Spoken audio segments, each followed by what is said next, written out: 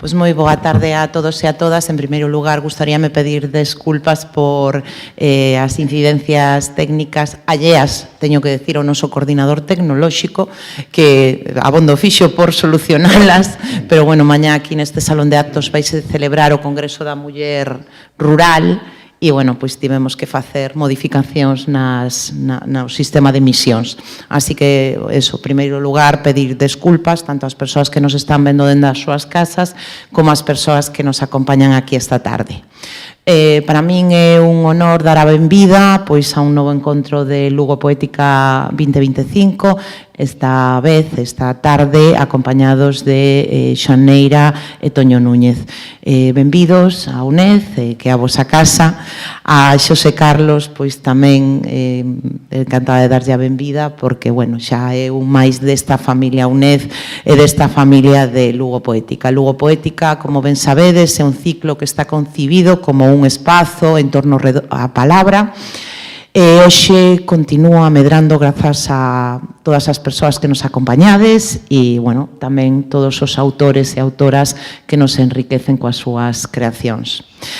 Quero agradecer en primeiro lugar, como non pode ser de outro xeito, pois a Secretaría Xeral de Política Lingüística, pois o ter patrocinado esta actividade, porque sen eles non podería ser posible, así que moitísimas grazas pois ao Secretario Xeral e, bueno, pois a Xunta de Galicia por este patrocinio.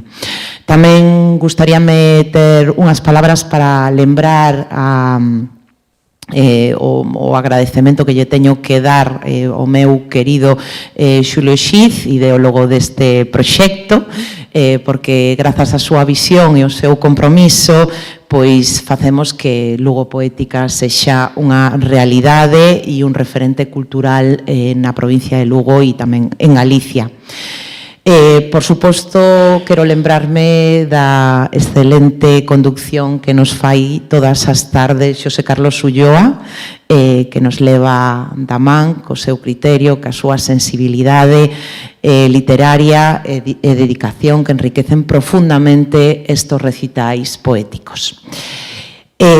Pois grazas a estas dúas voces destacadas da literatura, Toño Núñez e Xoaneira, moitísimas grazas por estar aquí, por acompañarnos e por compartir convosco os vosos mundos interiores. Bueno, pois o diálogo entre ambos durante este paso a dous permítenos afondar na creación poética, nas súas solladas e nos seus camiños literarios. Gracias a Egeria, gracias aos meus compañeiros da UNED, como sempre, que ás veces me esquezo deles e sen eles tampouco, pois tanto a parte pois de deseño gráfico como a parte tecnolóxica ou de documentación fotográfica non podería ser posible. Espero que esta sesión sexa como as de todas as tardes que levamos desfrutando, moi inspiradora. Eu, de feito, un día salín de aquí e comprei unha libreta, non digo máis, así que espero que para todos vos sexa unha fonte de inspiración, pero sobre todo unha fonte de calma, un remanso de paz para salir da voráxine, da rutina que todos os días nos leva pois a unha velocidade que quizáis para min vai demasiado rápida. Así que deternos, pararnos, pensar, escoitar, pois é un regalo, é un privilexio, disfrutémolo todos e todas xuntas. Boa tarde.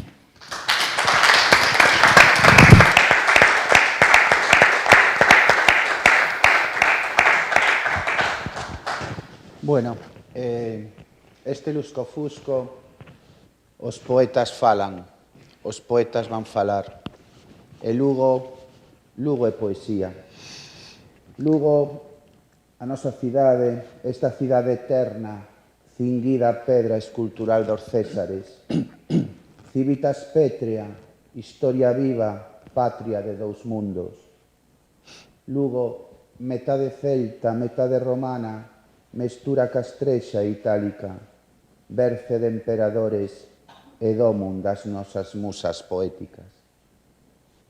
Cidade dos mosaicos e das maxestosas ruínas do grande imperio, filla do Mare Nostrum e dos excesos da Roma arcaica, a máis árcade da Galiza cumeada no Alto Miño, esplendoroso no Solucus, escelto e brillante, camiño directo ao ceo. Lugo, cidade regada polo rei dos ríos, quizáis a afrodisíaca auga dos deuses, cidade museo chea a reverter de insólitas e antigas xoias, castrexa parcela da vela e da noble Galaecia, terra de luz e de todas as divinidades celtas, castro ansiolítico de vida e de relaxación eterna, casa de Mitreo e das velidas fillas do César, pequeno Parnaso onde o ceo brilla azul por sempre, Lugo, cidade poética de poetas con alma de dous mundos. Boas tardes a todas, boas tardes a todos, benvidos todos, benvidas todas. Pois a UNED deste Lugo bimilenario, desta cidade poética de poetas con alma de dous mundos, abre as portas da palabra e é unha alegría inmensa ver que cando a poesía convoca, o ser humano responde. E hoxe a cidade das murallas respira verso, respira memoria de futuro. Reunímonos outros xoves máis nesta casa de aprendizaxe, un lugar onde moitas vidas se transforman en silencio, onde cada quen inventa un camiño propio, sen distancias, sen fronteiras, sen imposibles, onde todo o que se ensina quero pensar que para contribuir ao ben común. Aquí non hai muros, só hai horizontes, e hoxe, con permiso do cinto maxestoso da Roma arcaica, imos levantar outra muralla feita, hoxe non de pedras, senón de palabras compartidas. Esta tarde máxica temos o privilexio, o luxo de contar con dúas voces imprescindibles da nosa literatura, Xoán Neira e Toño Núñez, ou Toño Núñez e Xoán Neira, poetas xa recoñecidos, premiados en múltiples certames, autores de libros que acompañaron e acompañan a persoas adultas, pero tamén a nenos e a nenas que descubriron na poesía un fogar posible. Son, sobre todo, dous homes que miran o mundo coa curiosidade intacta e coa palabra aberta. Poetas da terra, poetas cos que a nosa lingua se fai corazón, voz e eco das emocións que nos habitan. Por todo isto, é unha honra convidar a Toño e a Xoán, poetas que transforman a realidade en imaxe, a emoción en verso e que nos lembran con cada palabra que a poesía é memoria, é ensinanza e esperanza. Comecemos xa, pois, esta viaxe polas palabras, polos sentimentos e pola alma da nosa lingua, da nosa terra nai, e polo máis espiritual, o máis íntimo destes homes, que estará presente en cada verso destes dous maravillosos poetas. Sen máis dilación, paso a presentar a Toño e a Xoán. Comenzamos con Xoán Neira. Xoán Neira naceu en Lugo, concretamente en Meilán, no ano 1953. Mestre toda a vida en Viveiro, onde vive dende 1982. É membro fundador do Seminario de Estudos Terra de Viveiro, co que participa en diversas actividades. Publica poemas en varias revistas e en libros colectivos. Foi premiado en distintos certames de poesía, Meigas e Trasgos de Sarria, Concello de Vilalba en 3 ocasións, Rosalía de Castro de Barcelona, e nos de xornalismo, Reimóndez Portela na Estrada, e Begonte, e o Nadal, tamén en 3 ocasións.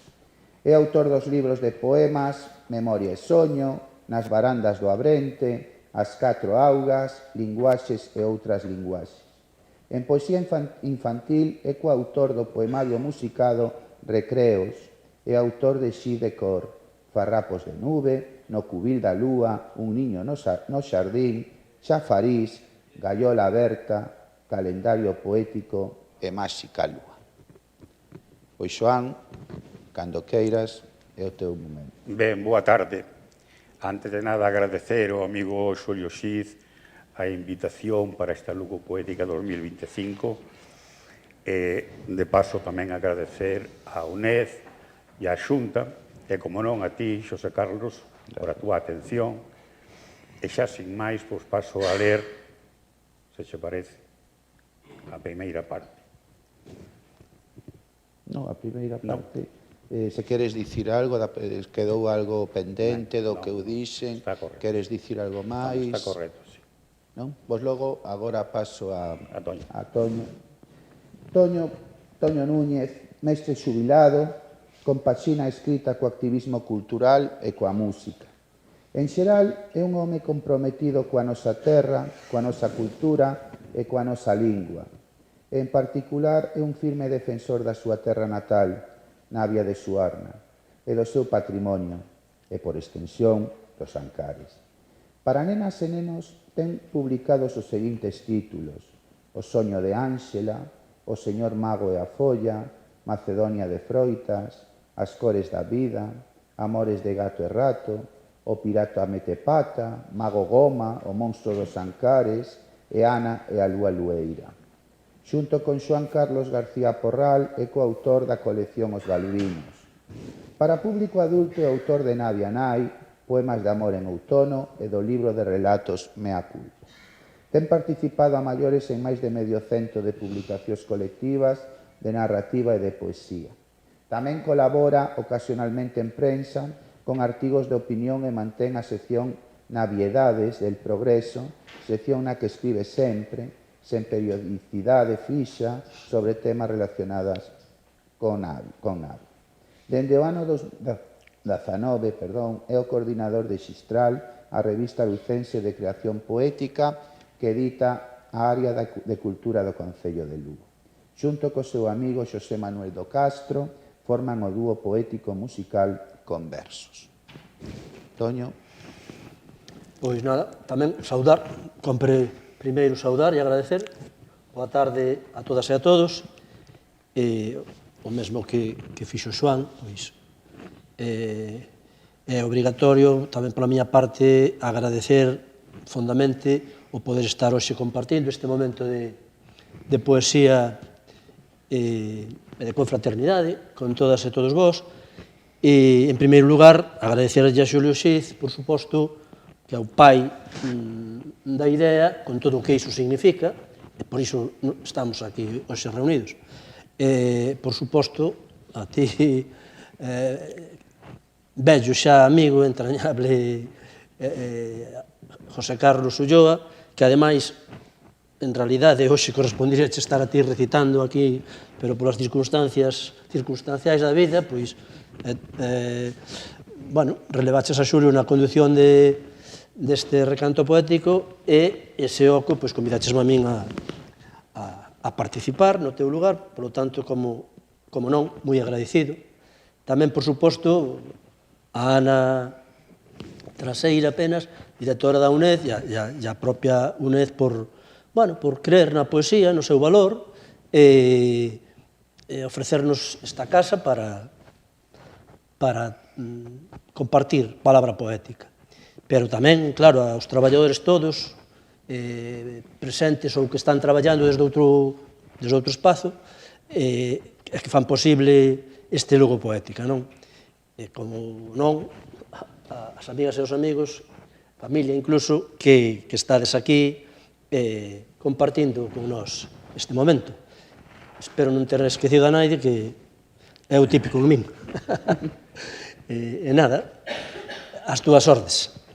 Creo que, a Toño é que, coñezo tanto que creo que se coñecen ou che coñecemos como o labrego da palabra, non? E creo que querías, pois, ler un poemiña, así, agora, a modo de presentación.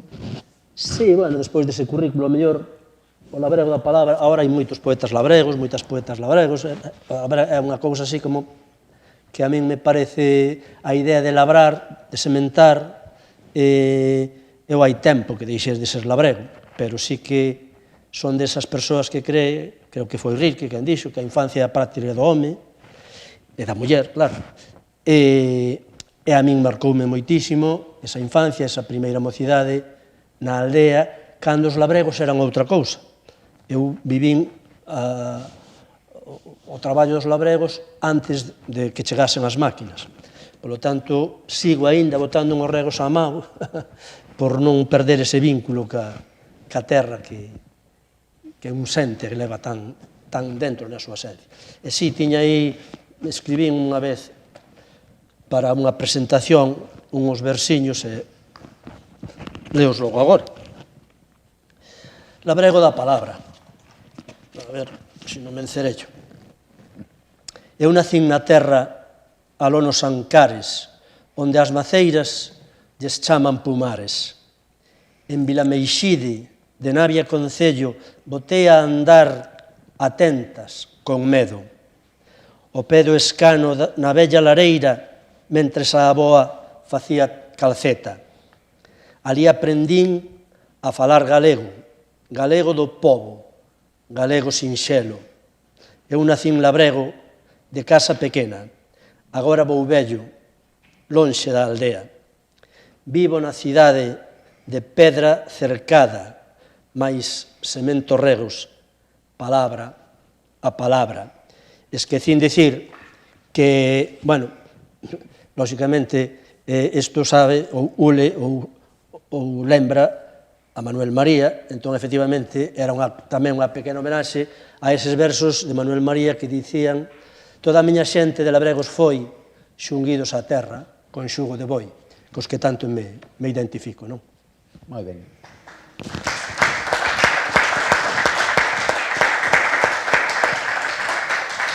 Bueno, pois o acto vámoslo estructurar en 7 bloques, cada un pequeno universo.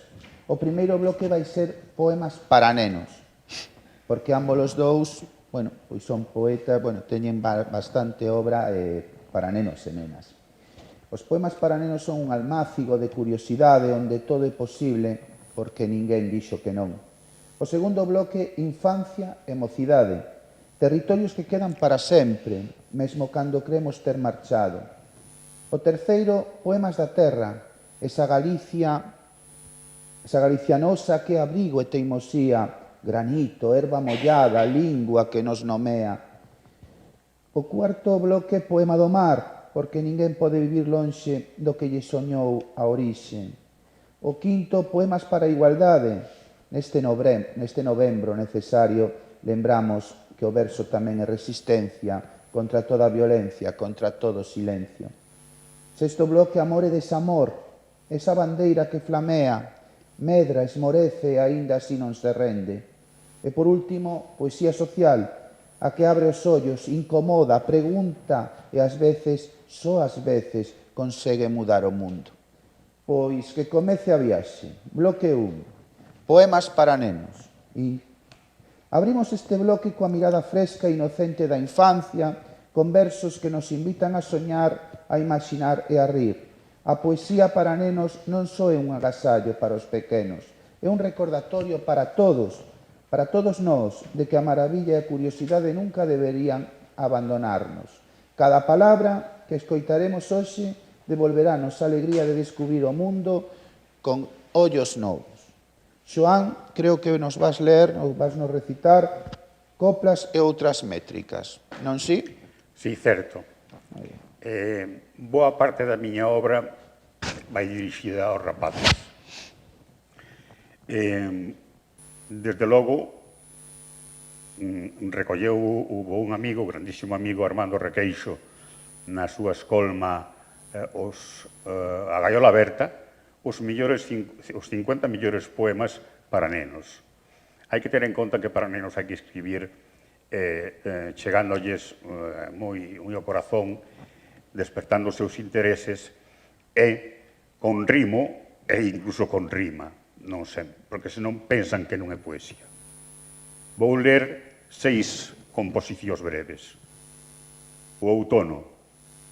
O outono pinta cores os peteiros dos paxaros, e coas aves que se van pintan adeus cada ano.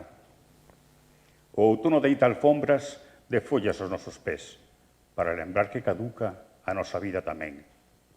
O velliño silencioso, compañeiro da soidade, camiña lento entre a chuvia, soñando a luz de outras tardes. A última folla do outono arringou no vento norte, pero agromará outra nova cando a primavera torne. O tren. Pola vía vai e ven de lonxe o longo tren. Polos camiños de ferro corre nunca se detén. Pola vía vai e ven asubiando o longo tren, polos túneles escuros, polos pasos a nivel. O seu traxe de metal e o seu sombreiro de fume, cando frena a estación, as rodas botan lume.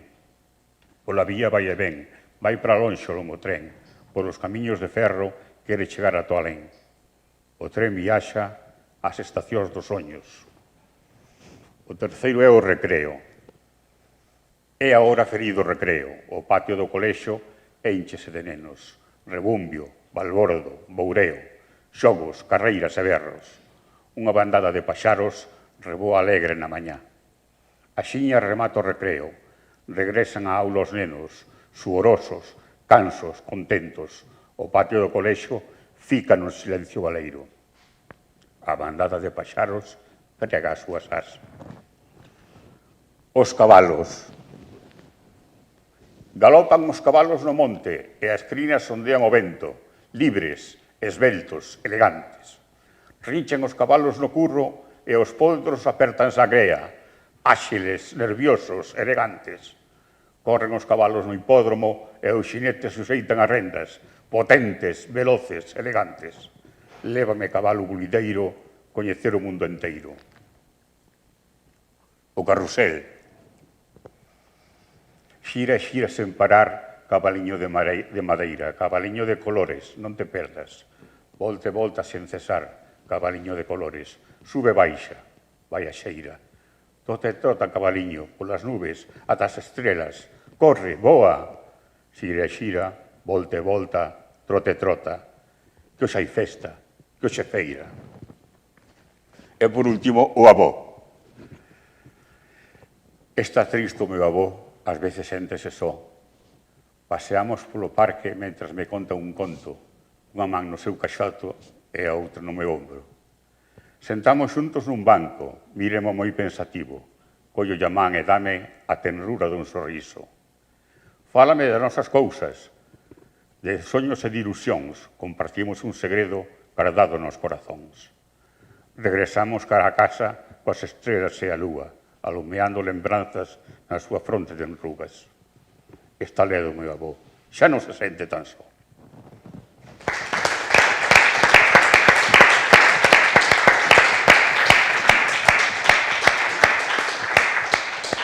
Toño, vasnos agasallar con Falar de nenos e a burra lista. Por exemplo. Por exemplo. Estaba me rindeu pros meus adentros. Cando iba comentando Xoán pasaxes, estaba rindo para min porque temos moitísimas cousas en común, non? Entre outras, pois que tamén escribimos poesía e contos para nenas e nenos pequenos. Eu teño que comentar que fui un profesor de educación infantil, aquela chamábase así, non sei, xa creo que ainda se chama, durante 20 cursos. Entón, naquel tempo canalicei bastante a miña teima por escribir cara a ese mundo, o mundo das nenas e dos nenos pequenos. Teño varios contos, como antes enumeraches na presentación, contos que a maioría deles son rimados, que de feito tiña pensado ler un aquí, pero facías un pouco longo, entón tamén botei man de 2 poemiñas soltos, que, están aí nos caixós. Teño en mente un libro tamén de recoller un libriño de poemas para nenas e nenos, pero de momento están aí dormindo e hoxe vounos airear un pouco logo. Teñen ben anos. O primeiro é Falar de nenos, titúlase así, Falar de nenos. E dixen: xa vimos os nenos cun doce falar, palabras ben quentes de avoa e de nai. Nós somos galegos de montaña e val, de povos fermosos da beira do mar. Palabras de sol, de auga e de vento, palabras de vida, palabras de neno. Falar de andoriña e de bolboreta, de arco da vella, falar de cereixa. Que calen as pegas, que calen os corvos, que calen as grallas, que calen os tronos, que veñan os nenos de 12 falar, voz de Rosalía, Curros e Pondal. A burra lista. Teño que dicir que na nosa casa había unha burra, pequeniña ela, moi bulideira, e cando viñeron as nenas, bueno, xa sabemos o atractivo que teñen os animais para a infancia, entón, nunca lle chamaramos así, pero por facerlles a gracia, vamos bautizala e vamos a chamar a burra lista. Estes versos van un pouco en recordo daquela burra. Ten meu pai unha burra máis lista ca fame, ponse a dúas patas e ata bailar sabe. Cando monta nela, tremen os xeonllos, cando vai baleira, aluman os ollos. Sabe dividir a erva do prado, o centeo mol e as berzas do caldo. Se lle dá os toxos, revira o fuciño, enseña os dentes, con pouco agarimo. Pero se é cebada, dá moi ben as grazas, recacha o rabo e dobra unha pata. Non lle gusta a palla, tampouco fiuncho, tenlle alerxe o pó, o carro e o xugo. Cando vai pro monte, sae disparada, se a pon ao arado, faise a borracha. Tenlle medo o lobo e máis a curuxa, abusa das pitas e dunha cabuxa. Non gasta zapatos nin zocos de albelo, prefire polainas e solas de ferro. O bo de meu pai non pode con ela e quere levala á feirana dela. Muy ben. Gracias. E así, entre risas, sorpresas e delicadas imaxes, pechamos este primeiro bloque. Que estes versos nos acompañen lembrándonos que a poesía é tamén xogo, é inventiva, é unha ponte cara á imaginación que todos levamos dentro. Pasamos ao bloque 2, infancia e mocidade. Penetramos agora na memoria, nos recordos que nos moldearon, nesa época en que os sentimentos senten cunha intensidade única. A poesía sobre a infancia e mocidade permítenos mirar atrás en nostalgia amarga, senón co asombro e a tenrura de quen sabe o que fomos e seguimos sendo, e tamén, por que non, quen soñamos ser. Xoán, creo que nos vas ler Abrazando a infancia e Nenez de neve e de Neno das trincheiras. Certo. Eu son un neno da aldea. Son un neno da aldea das beiras do Miño de Meilán. Ese é o meu locus amoenus. Son moi rilquiano tamén, e vou ali moi a miúdo porque me sinto ben. Abrazando a infancia foi o primeiro poema que escribín hai 40 anos, presentei no certamen de meigas e trasgos e gañei. A partir de aí seguín escribindo e publicando, o sea que quizás, tal vez, se non fora eso, non escribía. O poema Abrazando a infancia. Regreso por ver se borraron os carreiros, pero seguen marcados polos pés espidos daqueles nenos. Madrugo para cegarme coa orballeira, flores de erva das veigas xerminan co alento da alba. Almorzo quente en maus aterecidas, cando as xousas espreguizan. Amoras prensadas entre lousas, inxenuo viño da infancia. Camiño lento no silencio dos agros, fértiles airas, soños de tuias douradas. Anégome nas fontelas que reverten no carreiro branco das cerdeiras. Abandonados remo polo río nunha balsa de xuncos, mentres o cereal branquea na pedra do muiño. A canseira invádeme e adormíñame na tarde entre o millo da espiga. Espértame un canto de rulas despedíndose dos outros.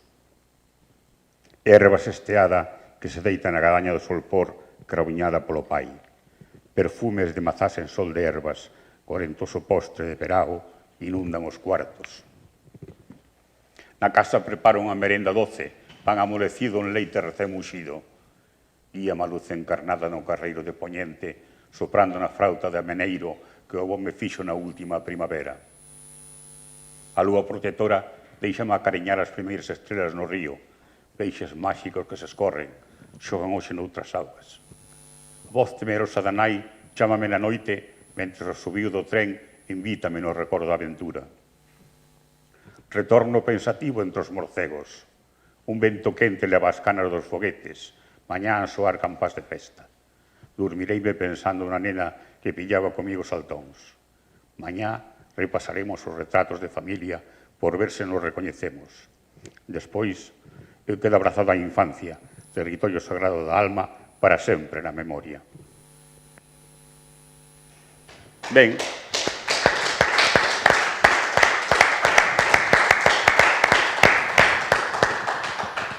como dixo Xosé Carlos, Nenez de neve, esas nevaradas da infancia que tanto nos marcaron no centro da aldea, xogando naquelas batallas do xogo e tamén na cidade. Este Nenez de neve vai complementado con agora a neve, que sería a neve en este momento, o simbolismo da neve. Nenez de neve, volva a neve cubrir a brancura da infancia tras os pasos perdidos do inverno polos carreiros ocultos da memoria. Fago de novo o camiño cara ao centro da aldea.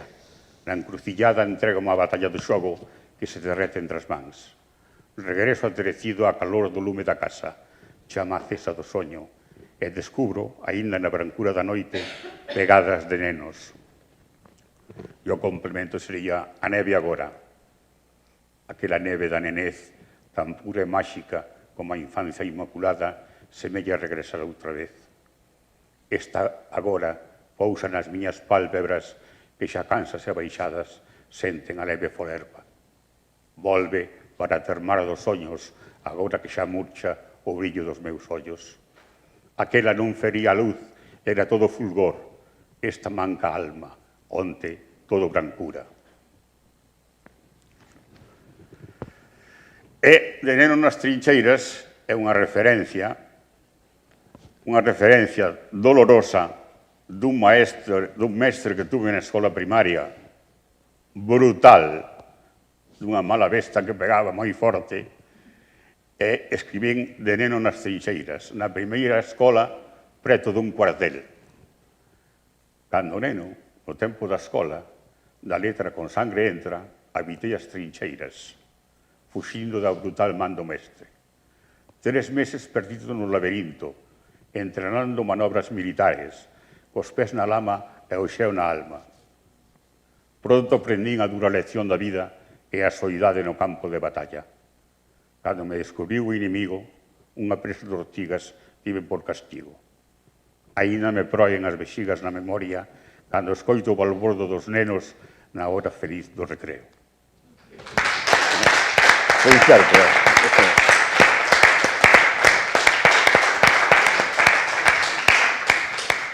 Toño, creo que nos vas ler Navia un futuro imperfecto. Para aquí traía... Sí, teño dúas navias. Sí, por eso. Di Xoán que Meilán, sí, está ás beiras da cidade e aldea. Eu aínda era máis aldea. Vila Meixide é unha pequena aldea do concello de Nave Suarna, nos Ancares, polo tanto, aínda que na Ribeira, pretiño do río. E criei-me ali con miña avó ata os 5 ou 6 anos que comecei a ir á escola. Polo tanto, tamén me considero un balbino máis.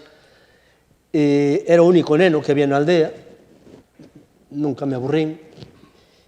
E a verdade é que ali está a miña esencia e, como dicíamos, canta pegada deixa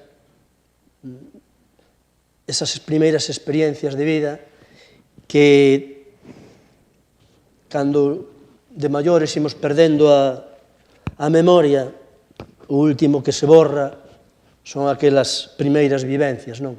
Entón, eu teño moito escrito sobre a infancia, a primeira mocidade. Para este bloque, escollín, por exemplo, Navia 1, que creo que é o primeiro poema que escribín, se se pode chamar poema ou reflexión, en galego. Tiña feito algúns exercicios así, tipo beckerianos, pero en castelán, era o que compría naquele momento, e logo xa me soltei con esta cousiña, estaba acontecendo, aínda se vivía con medo o tema do Gran Suarna, en Navia Suarna, e eu, dende a miña visión dun mocelo de 14, 15 anos que tería, pois escribín isto. Era aquí, Navia 1.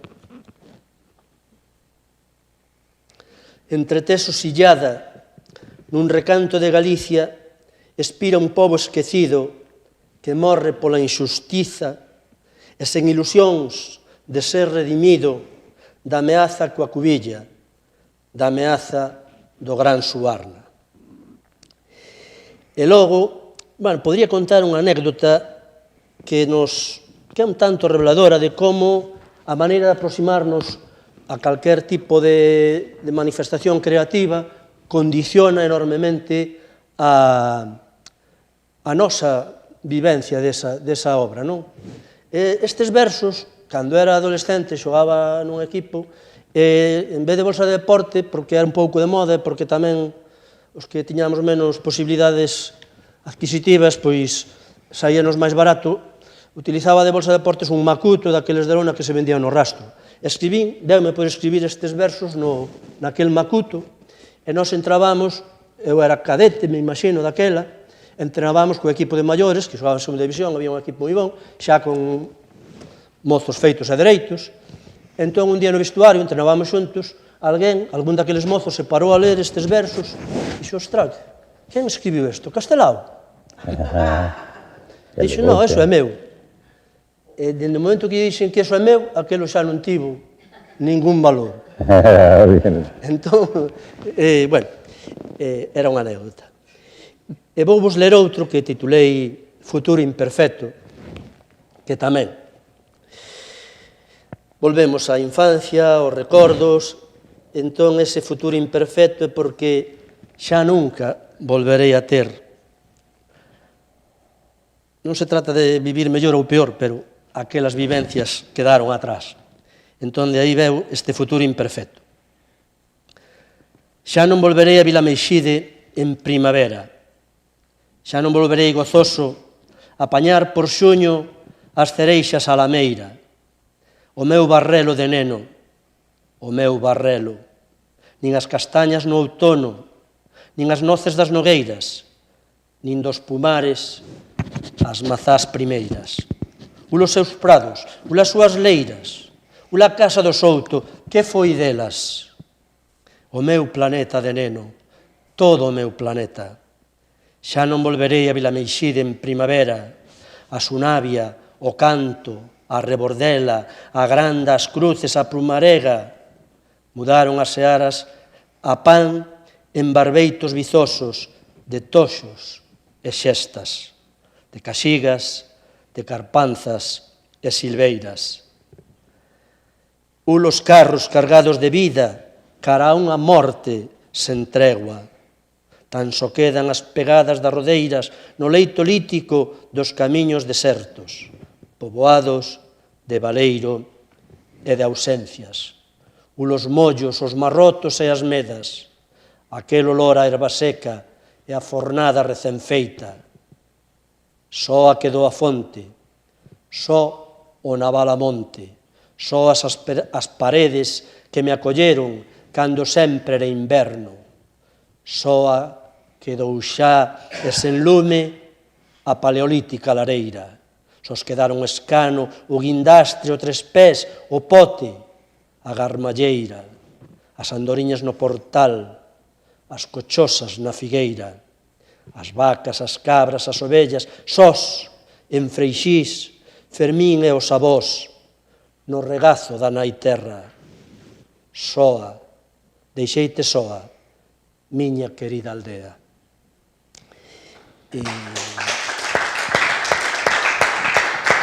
Gracias. Para este bloque. Bueno, non sei vos, pero eu quedei coa sensación de viaxar no tempo, de tocar a esencia de quen fun, que estes versos acompáñennos como un abrazo cálido que nos lembra que cada etapa da vida deixa a súa pegada indeleble. Bloque terceiro, Poemas da Terra. Agora topámonos coa terra que nos sustenta, coas paisaxes, os aromas e os ecos do noso propio lugar. A poesía da terra é raíz e tamén horizonte. Fálanos de pertenza, de coidado e de amor profundo por aquilo que nos dá vida. Xoán, a memoria amurallada, creo que en honor a Lugo, non? Sí. E Miradoiros, a Mariña, non? Sí, a miña vida, digamos que son dúas etapas a partes iguais. Dice Armando Requeixo, poeta lucubiveirense. Media vida en Lugo, media vida en Viveiro, con un intervalo de 5 anos en Sevilla. A memoria amurallada vai dedicado á muralla, por suposto, e ben, porque están agora cos 25 anos de Patrimonio da Humanidade. Este poema recolleu no Darío Xoán Cabana en Poetas en Lugo. A memoria amurallada, poderosa memoria milenaria escrita en corpo de pedra que cingo o corazón da cidade. Incansável memoria do alento que amosa o bondoso sangue nas arterias da historia. Enteira memoria circular que sobrevoa as néboas do tempo na eterna rotación da infancia. Iniciática memoria dun pobo que ofrece a súa herdanza ao mundo polos ricaces roteiros do soño. E logo, xa no 82, fomos para Viveiro, cambiou a paisaxe, sempre desde a terra, porque eu non fui mariñeiro, sempre desde a terra naquelas cantiles, escribí Miradoiros. Precisamente Miradoiros o título era unha sección na que escribí eu na Voda Mariña, escribí moito tempo, era con este nome Miradoiros. Elevándose sobre o gris de azul inmenso, altas e derradeiras xeografías outean ronseis que se perden no tempo, imborráveis lutas da memoria. Estaca, Ortegal, Faladoira, Roncadoiro, toponimias poderosas, clarexantes anteollos, siles falando co ar, onde as aves máis lanzais habitan. Cervos asexando a lúa, resguardados nos granitos, cabalos transitando nerviosos, patean serpes de pedra nos castros do alento, poboadores orgullosos dun territorio que curte o vento.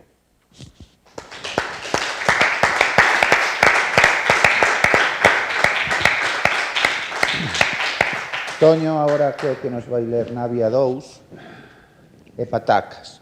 Bueno, antes, permitídeme que vos conte unha anécdota deste segundo poema de Patacas. Lembraste? Sí. Estaba eu de xurado nun concurso, concretamente do Corgo, un ano. Bueno, Toño máis eu íbamos de vez en cando a tomar café, contábamos toda a vida, non? E dixenlle a Toño, pois estou aí, a hora de xurado e tal. Fíxate ti a quen se lle ocurre poñerlle un poema de título Patacas. Curioso, sí. Claro, e fixadevos a integridade de Toño, que non me dixo nada, que era del, nin nada. E puxenme despois, ao cabo dunha semana, volvemos quedar. E dixen, acordaste daquel poema de Patacas e tal? Oye, pois encantoume, para min é o mellor de todo. E dinlle a máxima puntuación. Abrín o sobre, Toño Núñez. Bueno, xa o chamei, non? Bueno, acordábame da crema, cousas que pasan. Bueno, pois, Navia 2 e Patacas. Bueno, sí que é curioso o tema de Patacas, pero tamén é curioso o tema do primeiro poema, Navia 2, antes falaivos deses primeiros versos que dediquei a Navia, sendo un rapazolo. Este xa tiña uns poucos anos máis, non moitos, que ten unha pila de... Pero volví a rirme, porque Xoán deixa Lugo, marcha para Viveiro, con esa paréntese logo andaluza, e eu deixo Navia e veñome para Lugo, non? Entón, bueno, pero Navia sempre, como non, la meixí de Navia, sempre vai comigo, mentras teña entendemento.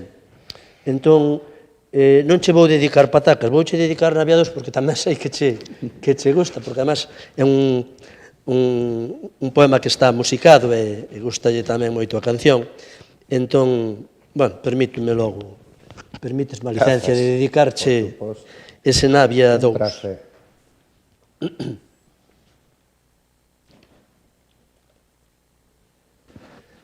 Navia 2. Un río, un castelo, unha ponte. Unhos fillos que sementan fillos lonxe. Unha muralla de tesos acinchados. Dous feridos de taberna nunha noite. Unha praza, un muiño, unha fonte. Unha copa de país no buchinche, unha feira morrendo sen remedio, unha moza solteira por despiste. Un borracho, un afogado, un folgazán.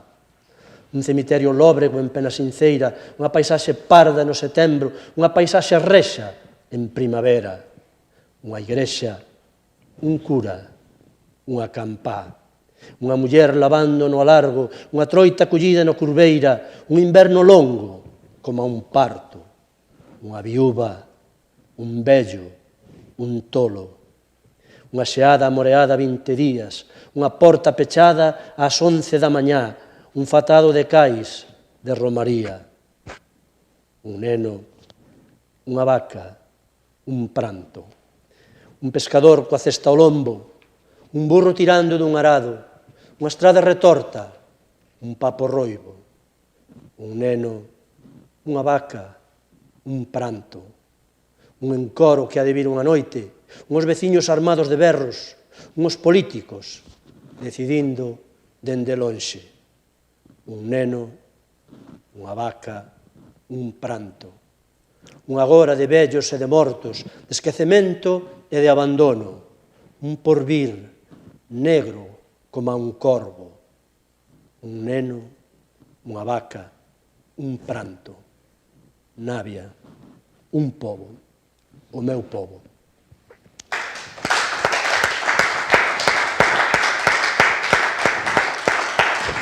Grazas, Toño. Creo Bueno. que de tantas veces que o leín e que o escoitei musicado, casi o sei de memoria. Xa.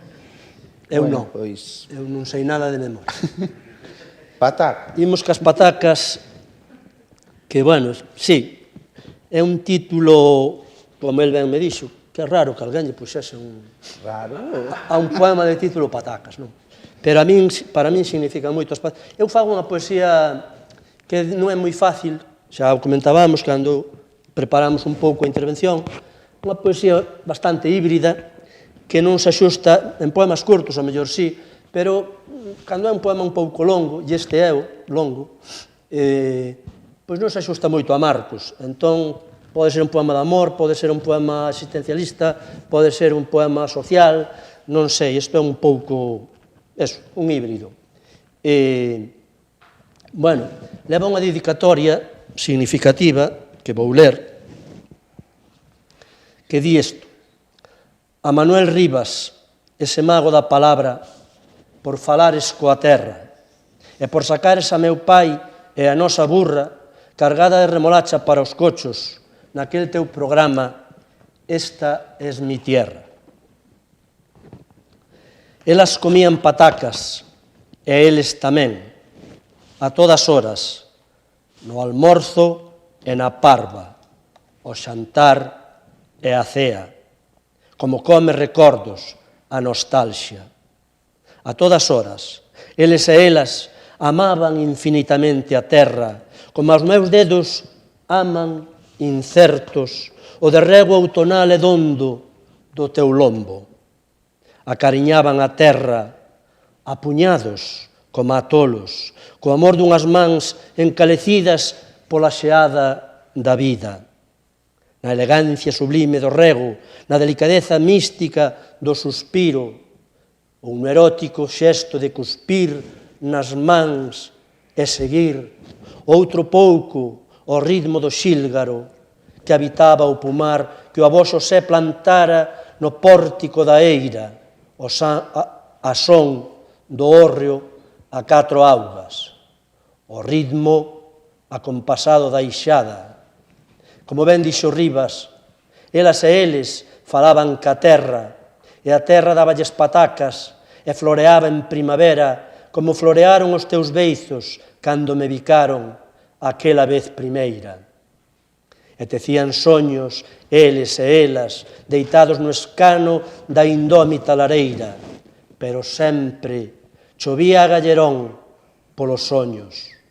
Elas e eles penduraban os soños a secar nas polas afumadas do guindastre ou nos selos voluptuosos da garmalleira, e amábanse como a furtivos por riba do mantelo, na complicidade do barbeito ou no leito acusador dun catre desdentado, no cuarto ou na corte a carón das vacas ou entre as patacas como a bestas por baixo do refaixo. Eran ambiciosos, soñaban con non pasar fame, soñarán ca fame os reis, ou con que non lles morrese un fillo na guerra, talmente ambiciosos, por veces egoístas, como a miña teima moza por namorarte, mais non sempre a ambición sabe a derrota, e soñaban mesmo con poder mercar outro palmo de terra para poder botar máis patacas, para engaiolar a fame, pisadas con roxois pola mañá, ou torradas no remol da fartura, ou para amansar os dentes na cerimonia sísmica do parir, como quen roe unha mazá, e para curar as queimuras das brasas vivas do vivir. Egoístas, sí, tanto amor á terra, para poder enzoufar as maus nela como a nenos e despois mexar nas palmas suorentas eses mapas mudos do tempo que nos devora nas mans de acariñar para curar as feridas. Eles foron marchando todos, e elas tamén. Fuxiron xa desta comedia ancestral que é a vida. Esluíronse na néboa por entre os calangros da rebordela. Pillaron medo e refuxiáronse no colo mol, húmido e tenro da nai terra, útero primixenio. Xa só quedo eu para contalo.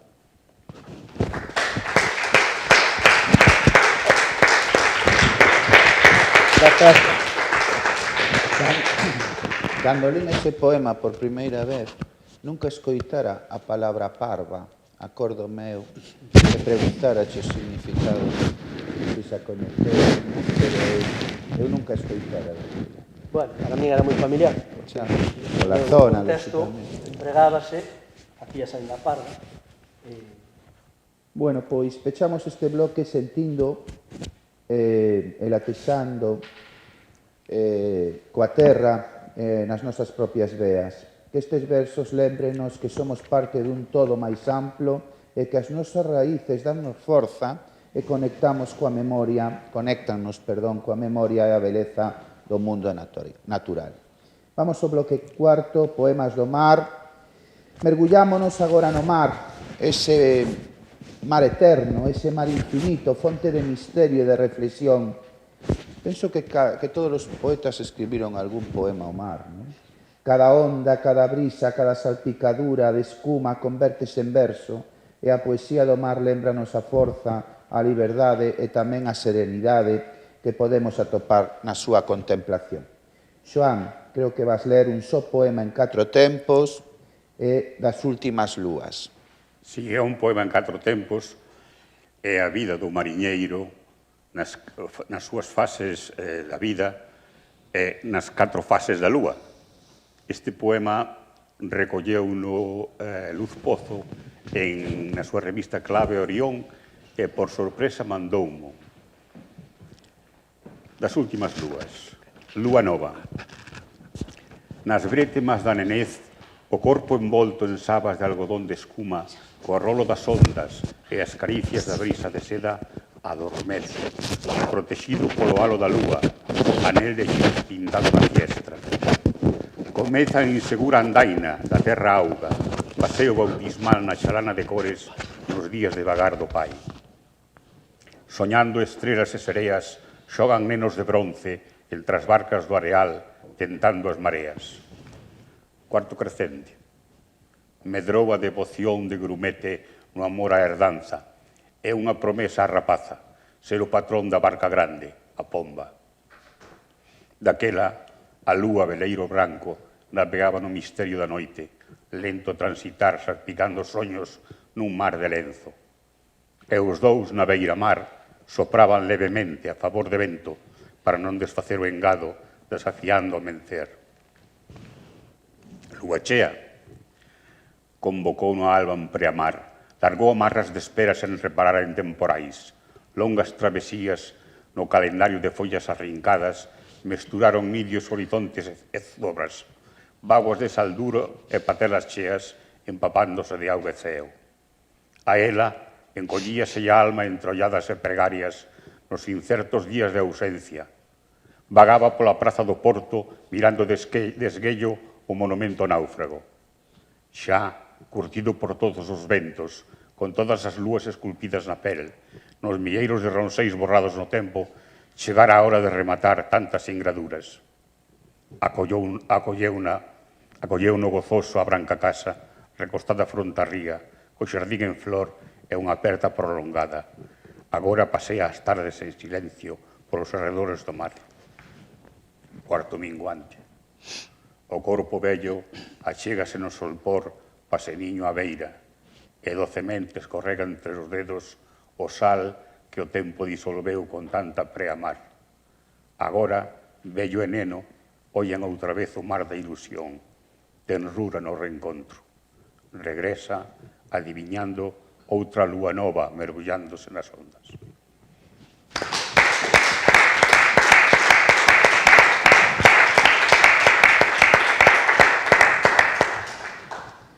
Bueno, Toño vas ler Miño e Rodeira. Rodeira, creo que a escribiches ao final do verán pasado, non? Bueno, deste verán. Xa fai varios branos. Bueno, eu como alín nas redes. Bueno, o que pasa que subín, sí, subín e foi cando a coñeciches. Encantoume, por certo. Bueno, pois eu son de interior, son, como xa dixe, dos Ancares, e curiosamente coñecín o mar sendo alumno da escola de Navia, con 9-10 anos, levounos o mestre coñecer o mar a Tapia de Casariego. E non sei polo que non me quedou unha vivencia casi todo o mundo cando descubre aquela inmensa chaira de auga, pois queda sorprendido.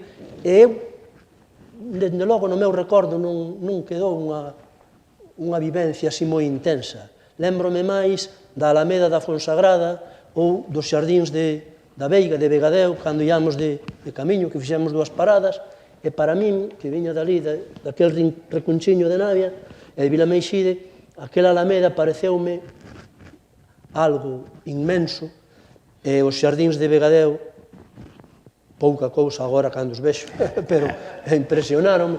E, pola contra, pois non teño unha vivencia especial, polo menos no meu recordo do mar. E, bueno, despois eu traballei en Viveiro, xoguei a fútbol con Xoán nun equipo de novo, e tampouco naquele momento lle escribín nada ao mar, bueno, non cadraría, e ese poema Rodeira escribino xa non hai moito, pero hai máis, habrá 2 ou 3 anos igual, bueno, as circunstancias da vida levaronme a Cangas do Morrazo, e ali si escribínlle un poema o mar, a praia, a vida, non sei.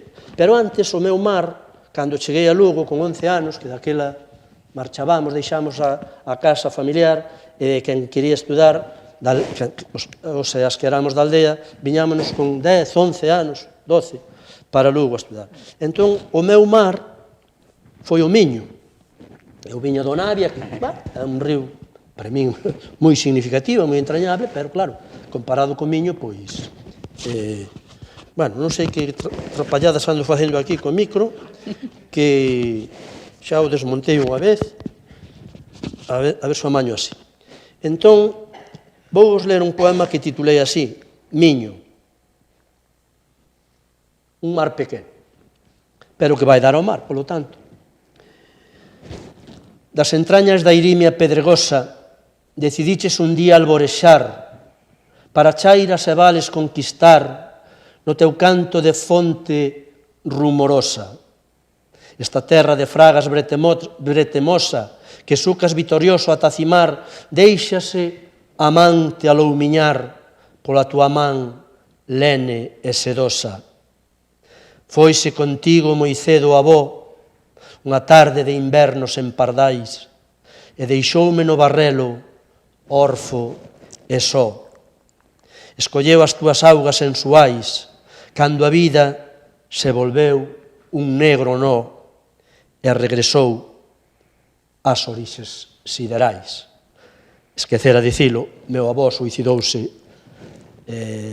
cando eu tiña meses nas augas do Miño. Entón, de todo hai neste poema. E agora, o outro, dixemos que era Rodeira. Rodeira tamén leva unha dedicatoria. Nun momento determinado, coñecín en persoa a Antonio García Teijeiro, e, bueno, tecemos un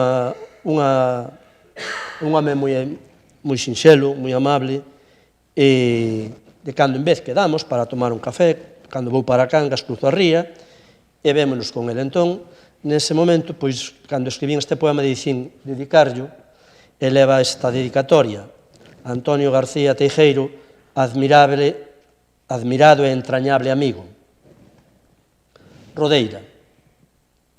O lonxe, a tardiña ven morrendo no colo da ría. As gadoupas do mar, adurmiñado, tecen presaxios de derrota que sempre axexa. Nesta beira, as ondas esfarelas e mansas e arrolan o lombo deserto do areal de Rodeira. Morreu o solpor, quedei só. Amo a soidade escollida máis, como doe a soidade cando fai ferida. Así, diante da chaira líquida, o home, eu, é un nano argueiro ensimismado, prepotente, interesado, que debulla menceres incertos e mastiga proxectos. No porto, os vagalumes urbanos do aire pintan grilandas de neón no pelo da auga. O mar, calmo, ese monstro aletargado, espreita.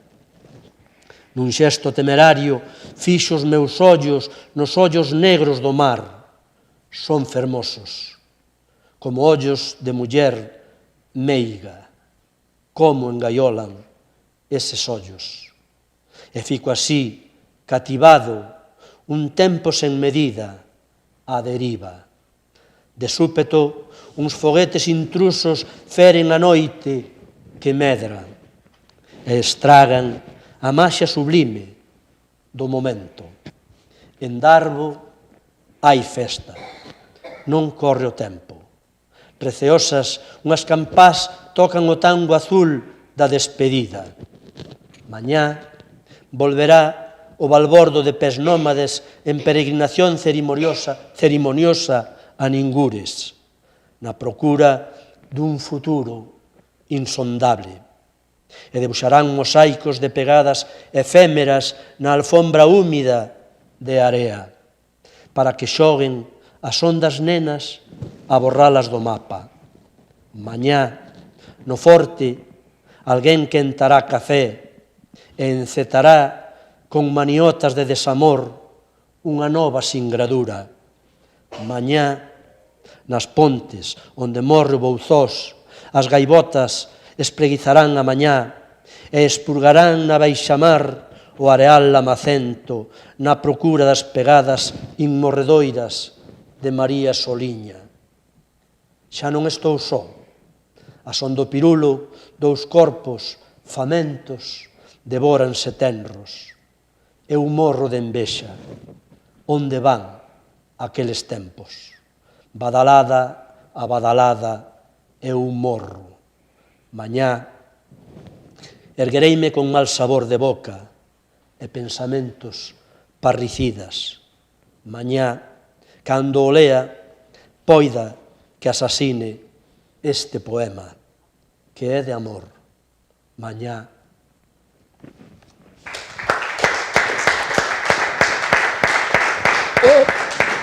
Gracias. Pois deste xeito levamos connosco a inmensidade e a cadencia do mar.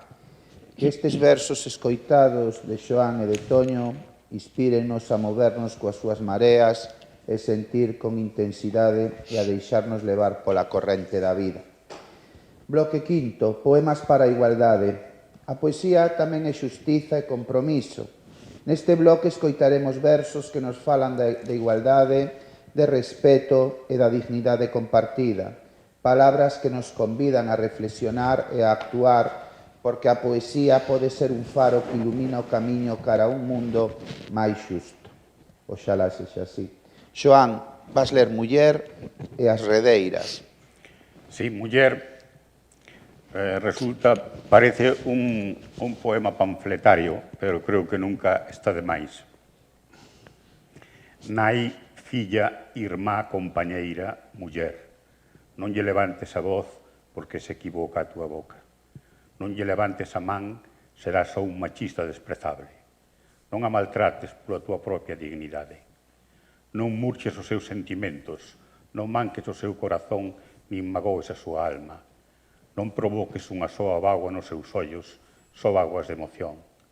Non violentes a súa vontade, respeta a súa intimidade. Non ofendas a súa inteligencia que te pon en evidencia. Non controles a súa liberdade, ela sabe voar soa. Non aspertes dos seus soños, ele dona do seu futuro. Elas dannos a vida, non lles quites a súa. Cada muller morta a mans dun home é un fracaso da sociedade.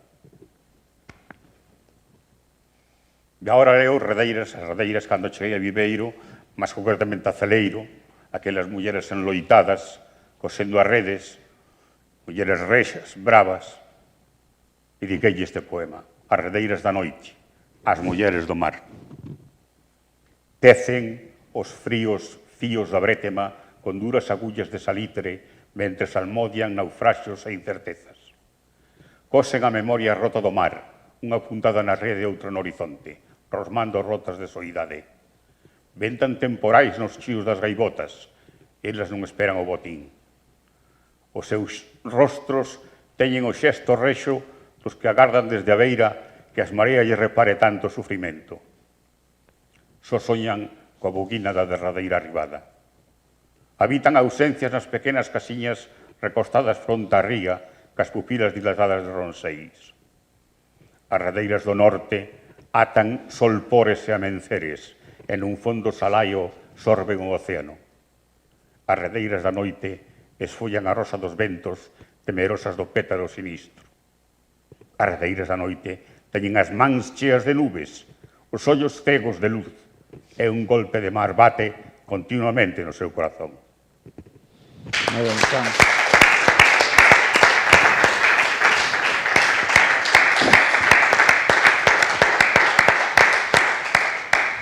Toño agora lenos Un home pequeno e quérote, non? Sí. Bueno, hai 2 días. Foi o día da loita contra os malos tratos e certamente, bueno, un comprende e comparte a loita feminista porque por riba de todo, aínda que un ven dun contexto moi machista, bueno, un vais incorporando a evolución e a de xustiza, como calquera outro tipo de dereitos, calquera persoa que queira vivir en xustiza, lóxicamente, ten que arrimar e remar a favor desta loita, non? Que tan injusto, xa o machismo en sí, pero cando falamos de violencia, pois é terrible. Entón, eu nun momento determinado tamén escribín sobre este tema. Vou ler primeiro o Home Pequeno, que di así: ten as mans grandes como agadoupas, e os brazos longos como a remos. Ten a boca negra e sucia como o esterco. A súa voz corta o aire como aos lostregos. Nos seus ollos de torto mirar recoñezo todos os medos. Ten as más grandes, os brazos longos e a boca negra. Pero o cerebro e o corazón tenos pequenos. Non coñece o amor, non coñece a tenrura, non coñece o respecto. É un home pequeno. Gracias. Neste outro poema, decía Xoán que ia ler un poema panfletario, un poema que é verdade. E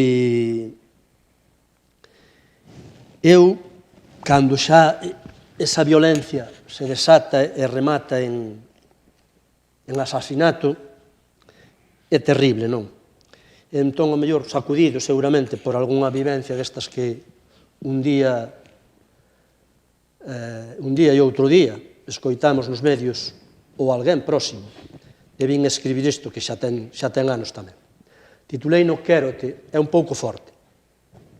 Quérote.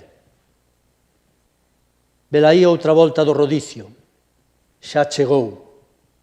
Outra noite máis de convidada no banquete do inferno, un banquete de aldraxes e desprezos.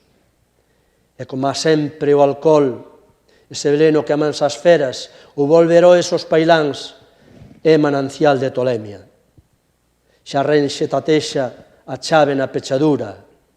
Érguete, fuxe, colle os nenos nun brazado e tírao polas escaleiras abaixo na fuxida. E non mires atrás, fuxe. Trémenme as pernas. Os nenos dormen, anxos de inferno. Deste inferno no que entrei, da man do noso Señor. Ai, o noso Señor, Señor. A cadencia deses pasos, seina de memoria. Cállame o sangue nas veas. Empeza a desigual guerra. Outra vez as súas mans de seixo fronte ás miñas mans de boneca que posúe un reino de sombras agochadas e tristeza. Os nenos dormían mentres el me aldraxaba, mentres me acusaba, mentres me zoupaba, mentres eu soportaba o fedor dos seus bafos de alcohol e o noxo das súas baballas esvarando polas miñas tetas. Mentres posuía as miñas carnes murchas de boneca de trapo. E chamoume puta, fillo de puta, e unhas forzas efémeras de femia fozada subíronme polas pernas. E o meu peito volveuse cerna, e as miñas mans, noutrora de boneca, consumaron a desfeita. Os nenos espertaron co seu berro de porco acoitelado, e todo o viño que traía escorreu das súas veas, agora cachón, agora en fervenza intermitente, despenándose no chan de plaqueta. Quérote, dicíame sempre, mentres choraba cobarde, despois de cada malleira.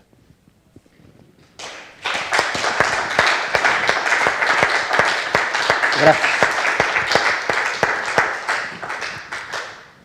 Pois este bloque non digo nada, queda pechado así porque a miña palabra sería pequena. Bloque sexto, amor e desamor.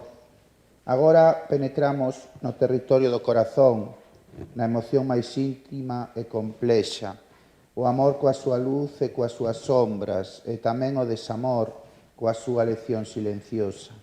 A poesía do amor e do desamor lémbranos que sentir profundamente é a esencia de vivir e que cada emoción ten o seu lugar nos versos. Xoán le no sosego e a luz dos sentimentos. Sí, son dous poemas de amor. O amor non é un camiño de rosas, ten as súas dificultades. Este sosego escribino na Mariña Pasearemos polas praias do Abrente, esperando sazonarnos no albor, cando as ondas suban por setembro, para contarlle as nosas ilusións, agora que estamos a soas, compañeira. Pasearemos polas praias do Solpor, aproveitando a morneza das areas, saboreando uvas de lúa enchendo, para contarnos as nosas ilusións, agora que ficamos sós, compañeira. Despois, arrolados polas mareas, viviremos entre elas, nun vaivén de xuvia e vento, entre calmas e tormentas ben cumpridas, todo un tempo. Seremos viaxeiros permanentes neste mar de mares. Haberá días de zozobra cando os barcos se agarren ao peirao, nos que todo parece que se rompe. Son momentos que tamén necesitamos. Presaxo dun naufraxo, resaca de mar na boca. E o outro...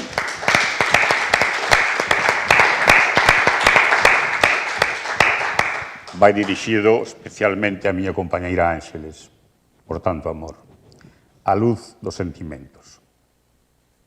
Cólleme da man, compañeira, que me tremo o corazón nesta vida angustiosa. Axúdame a atravesar a selva de asfalto que me atormenta os sentidos, esos fríos alfinetes que me feren, torturando as entrañas. Perdido na confusión, fico sen folgos, asfixiame na súa propia ausencia. Neste cosmos caótico e trastornado que ameaza reventar o sol en mil anacos e amosarnos a cara escura da lúa branca. Cólleme da man, aperta forte, compañeira, para recuperarmos a calor da pele e da palabra.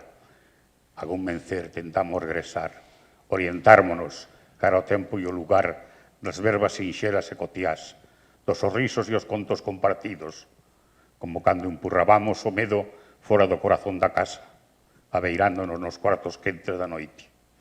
Pero só permanecemos unhas horas, perdemos o perfume de outros días. Agora a viaxe, amiga, resulta enredada. Foi-nos cercando a multitude, os heróis que habitan o abismo. Quedan fillos de tenrura esquecidos nos recantos para salvarnos do naufraxo derradeiro. Xuntemos, miña amiga, a mirada das pupilas acendidas. Xa é hora, compañeira, de arredar o rancor que embelena o mar e deixármonos levar, sen receos, pola senda da luz dos sentimentos que aínda aniña no corazón do ser humano.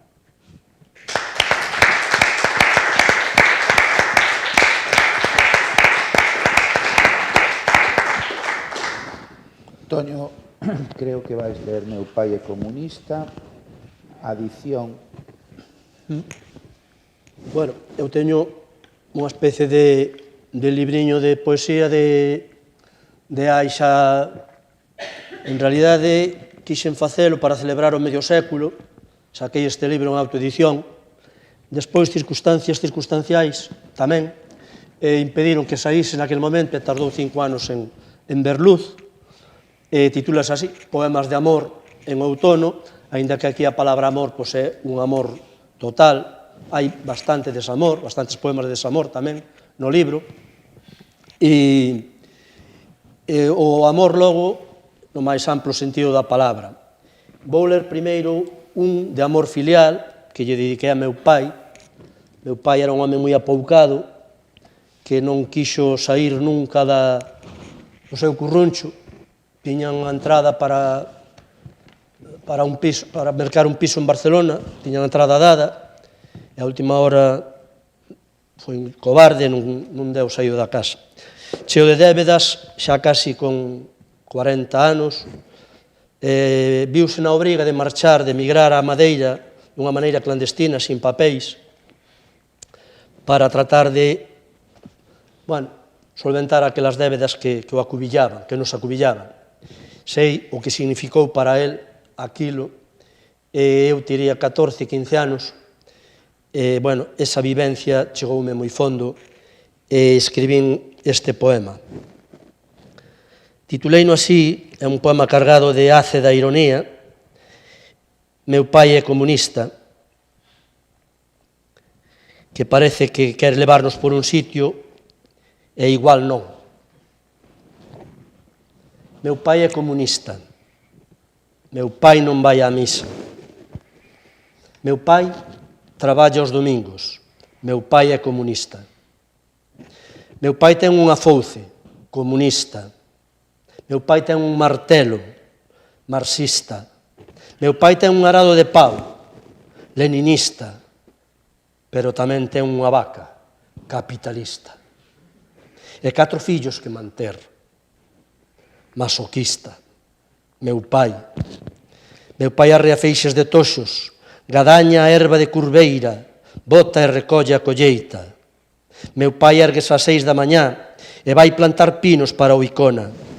Meu pai foi a Francia clandestino traballar na madeira e non cobrou unha peseta. Meu pai é comunista. Pobre meu pai, non entende os meus versos. Agora, grazas.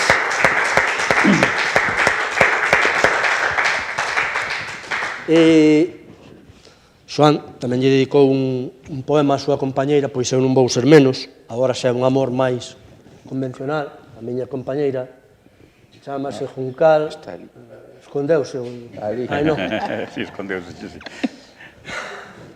E, bueno, había de desnudarse un algo aquí, espírese por dentro. E moito do que eu escribo e do que sae á luz pasa primeiro a través da súa peneira. Entón, no que eu dou para lectoras e lectores que teñan a ben ler, sempre está o seu ollo perspicaz, intelixente, e quería dicilo porque sabemos sempre que, con moita razón, se reivindica dende a parte feminina cantas obras saíron á luz que pasaron por ser mérito de homes e quen as escribira foron as mulleres, non? Entón, bueno, na miña obra ten peso a participación de Juncal, inda que non na escrita, pero sí en moitas facetas. Xa sei que non che gusta que diga. Non viñeras. Ben, Toño en esencia pura. perdín os papéis. Que ia ler, José Carlos? Ibas ler adición. Adición. Adición. Si acato. Xa che dixo Juncal tamén, así. Resoan na distancia as campás vougas da infancia. Recibo os latexos do frío río dos complexos, cando aínda a primavera non me dera o teu amor. O mundo era cativo, as horas longas, o teu ollar un enigma, o teu corpo un continente oculto alén do mar, o teu ventre unha leira baleira que eu quixese sementar. No novelo dos medos habitaban os segredos da túa voz. Amaba as mañás de orballo e as tardiñas de cereixas pola fresca e o arrecendo morno das mazás. Despois chegou a dor, triunfou o desacougo.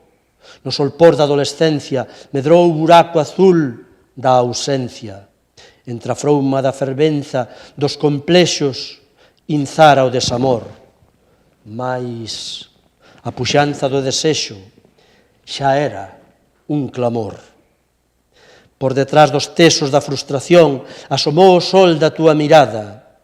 As muxicas dos teus ollos prenderon nas puxas dos meus ollos e alumou o lume entre o fume da paixón.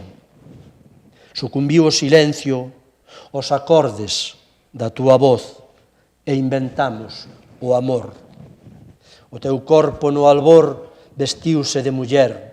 Os meus labios sedentos e os meus dedos inquedos procuraron tesouros no relevo da túa epiderme. Escalei vitorioso as abas e os teitos dos teus peitos e debuxei ás cegas as curvas de nivel da túa pel. Serpeei incansable, famento, febril, polas lombas moles e dondas do teu lombo. E recuperei folgos no oasis fresco, chairego e amigo do teu envigo. Como poldro mozo desbocado sen alento, galopei sedento entre as dunas do deserto do teu ardente ventre, cara a terra prometida da tua vulva humedecida. Do teu fío entreaberto, bebín insaciable do licor droga na fonte do teu monte de Venus.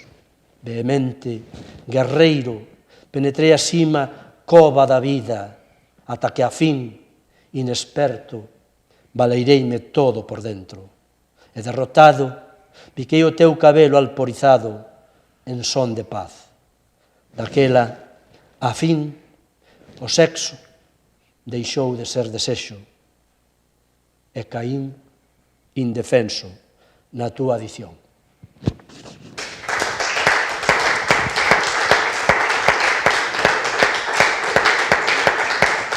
Grazas. Sempre defenderei que un poeta romántico ten que ter unha musa. E unha musa ten que ter un poeta. É así. Bueno, ao pechar este bloque, levámonos o eco, gracias a vos, o eco dos sentimentos, a dozura e a melancolía que habitan no corazón humano. Que estes versos nos acompañen, que nos reconcilien coas nosas emocións e que nos inspiren a vivir con intensidade e tenrura. E xa chegamos ao derradeiro bloque de hoxe, o da poesía social. Terminamos a nosa viaxe coa poesía social, a que mira o mundo con ollos críticos, a que denuncia, a que inspira cambios e que nos lembra a nosa responsabilidade como seres humanos. Escoitar estes versos que vamos a escoitar agora é abrazar a conciencia, o compromiso e a forza da palabra como instrumento de transformación. Xoán vai nos ler A clase obreira e A carón do corazón. A clase obreira, este poema breve, fai referencia aos albaneis que baixaban o autobús comigo pola mañá cedo e volvían os venres ca paga no peto contentos. Entonces a clase obreira, os luns escoito as sirenas do mencer chamando polos obreiros dos arrabaldes, as mans anónimas que levantaron a cidade. Lembros nos vellos autobuses, co alento desafiando a xeada da mañá, a súa humilde vestimenta e nas mans hinchadas de frieiras un fardelo cun frugal almorzo frío. Lembros de volta, os venres ao anoitecer, coa alegría da paca no peto. A clase obreira, proletaria, coa súa insobornable dignidade.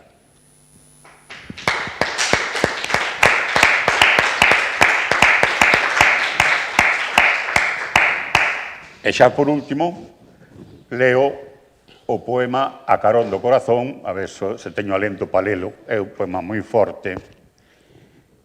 Foi Premio Rosalía de Castro de Barcelona, primeiro premio en 1998. E desgraciadamente sigue vixente. A carón do corazón. Os nenos da froita do tempo zugábamos seibezume, comíamos polpa e pela, carozo e coia, ata denteira de ansias verdes, a propia e a allea, a silvestre e a prohibida, co único precio da astucia, a complicidade da noite estrelecida e a protección da lúa chea. Éramos nenos orientando veraos de debezo como poltros desbocados nos territorios da infancia, carreiros transitados polos pés áxiles da ilusión, aquela miña tribu de albas brancas e solpores de soños incumpridos, patria de palabras propias que prenderon perennemente nos nosos corazóns. Éramos nenos que mirábamos o ceo, coñecíamos os segredos do vento, tiñamos o padal virxe e adiviñábamos a sazón na súa pel, esa cor adolescente das cereixas. Enxíamos os petos de recendos para fortar corpo e alma e soportar as densas sombras do inverno, mentre dormía a montaña gris nos ollos pechos da xanela.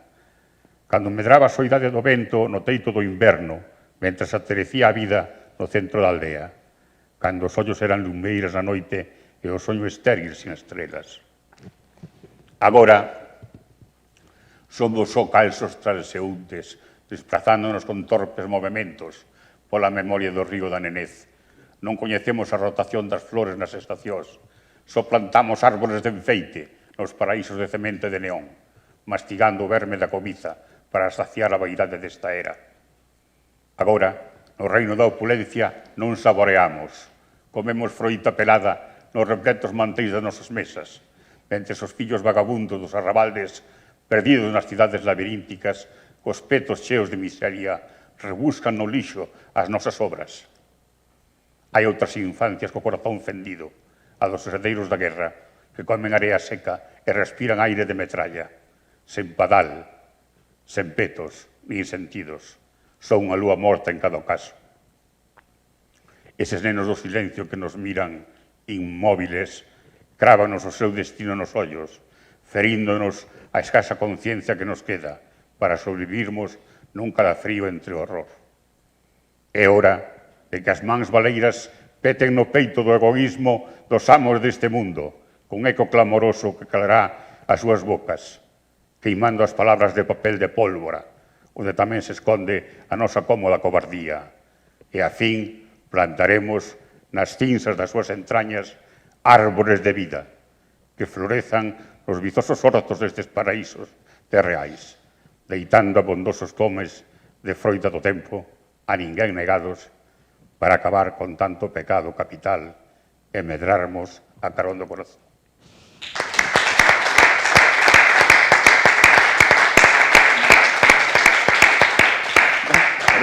E agora Toño, pois tennos, Toño e Xosé Manuel teñennos unha sorpresa porque, vamos cantar un dos poemas. Dan tempo os poemas. Andamos moi xustos. É mellor cantar o Man, non? É o título. Pois, tamén é un poema que algo de social ten. Moitos dos poemas que lín tamén son poemas sociais. E agora sí que prescindimos disto porque para que non haxe desequilibrio entre a voz, porque nos cantamos a capela, entón... Pero que se non nos escoitan na casa. Se non... Non nos escoitan na casa, usades isto, o mellor. Para cantar? Sí. Que vas, que escoitase de sobra. Pero na casa non. Algo temos que usar, pero é que así sale desequilibrado, porque cantamos os dous. Cortamos a un e a outro. A min ese. Claro, perfecto. Así. O no bolsillo mismo, se queres. Aí está. Ui, que a pinza debe ter. Aquí. Mira, deixas máis logo, porque así son ahora máis ou menos igual, mellor que isto. Eu con isto nunca cantei con micro, igual fago unha lonxe. Igual. Vale. Vamos sentar ali logo. Aí.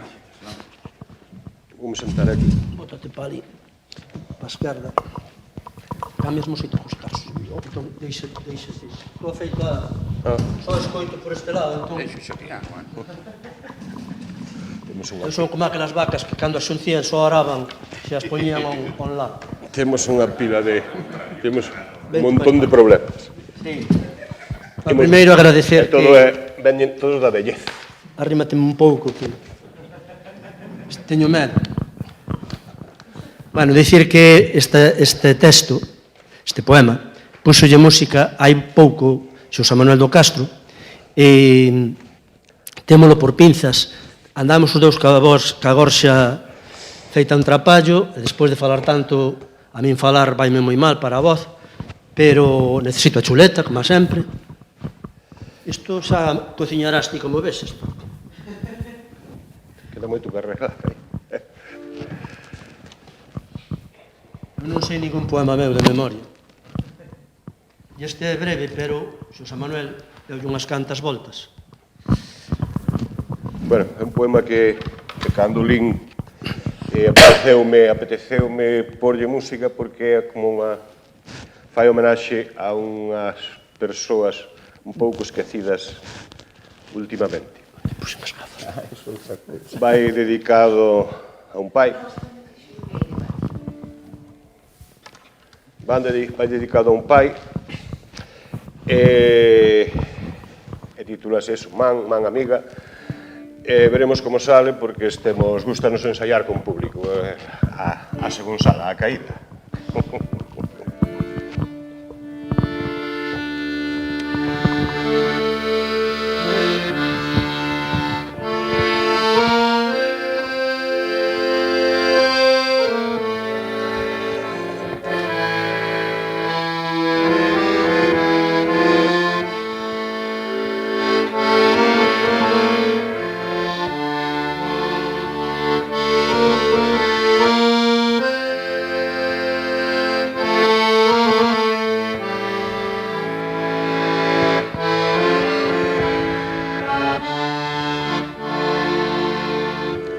Man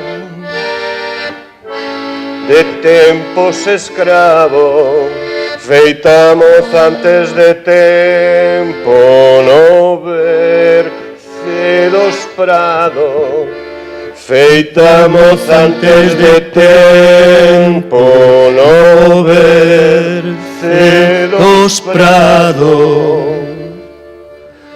Man, quen te desexara, man de artesa e de frauga, da ixa de Gadaña. Man de artesa e de frauga, da ixa de Gadaña. Man de pauga, de sol e de agua, man de terra e de arado, de fouzo e de espiga, de berro calado, de fouzo e de espiga, de berro calado. Man de pan, man amiga, man de pan, man amiga, man de pai, man amiga, man de pai, man amiga.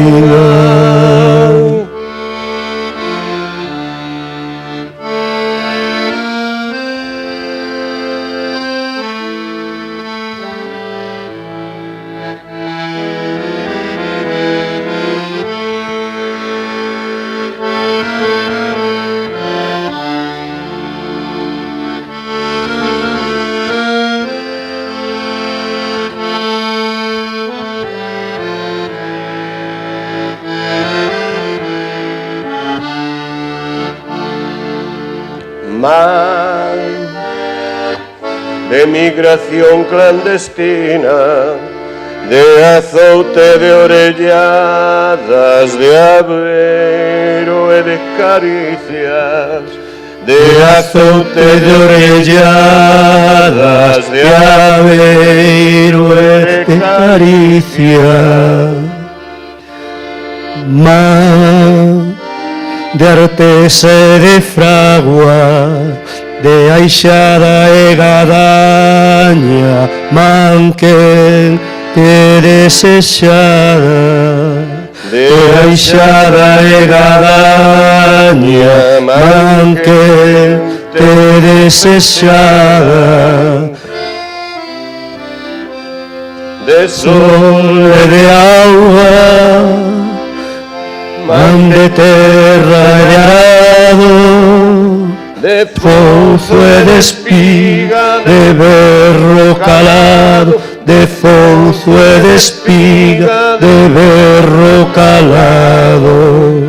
Man de pai, man amiga, man de pai, man amiga, man de pai, man amiga, man de pai, man amiga, man de pai, man amiga, man de pai, man amiga.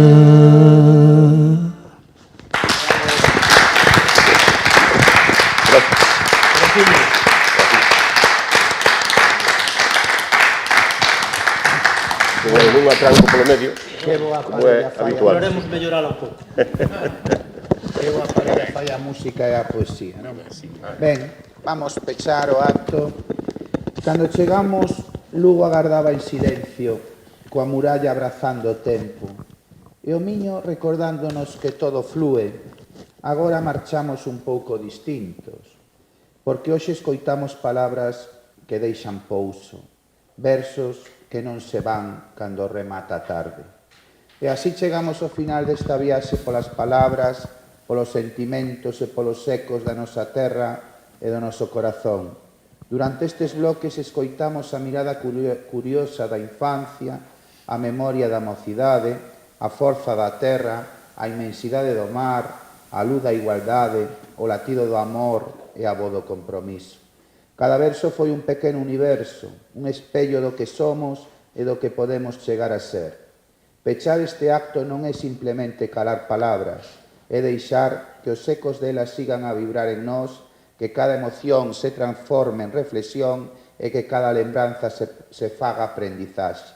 Porque a poesía non remata aquí, segue en nós, nas conversas que teremos agora, nos silencios compartidos e nos actos de cada día. E se me permitides unha última imaxe para levar connosco, deixemos que cada palabra, cada verso que escoitamos hoxe sexa como unha estrela no ceo, quizáis a estrela deste Nadal, que brilla para nós e ao mesmo tempo ilumina a noite doutros.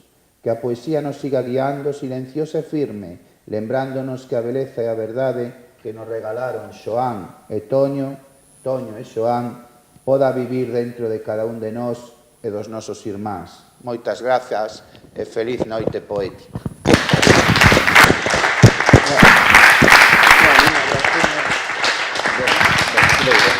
Todo ben.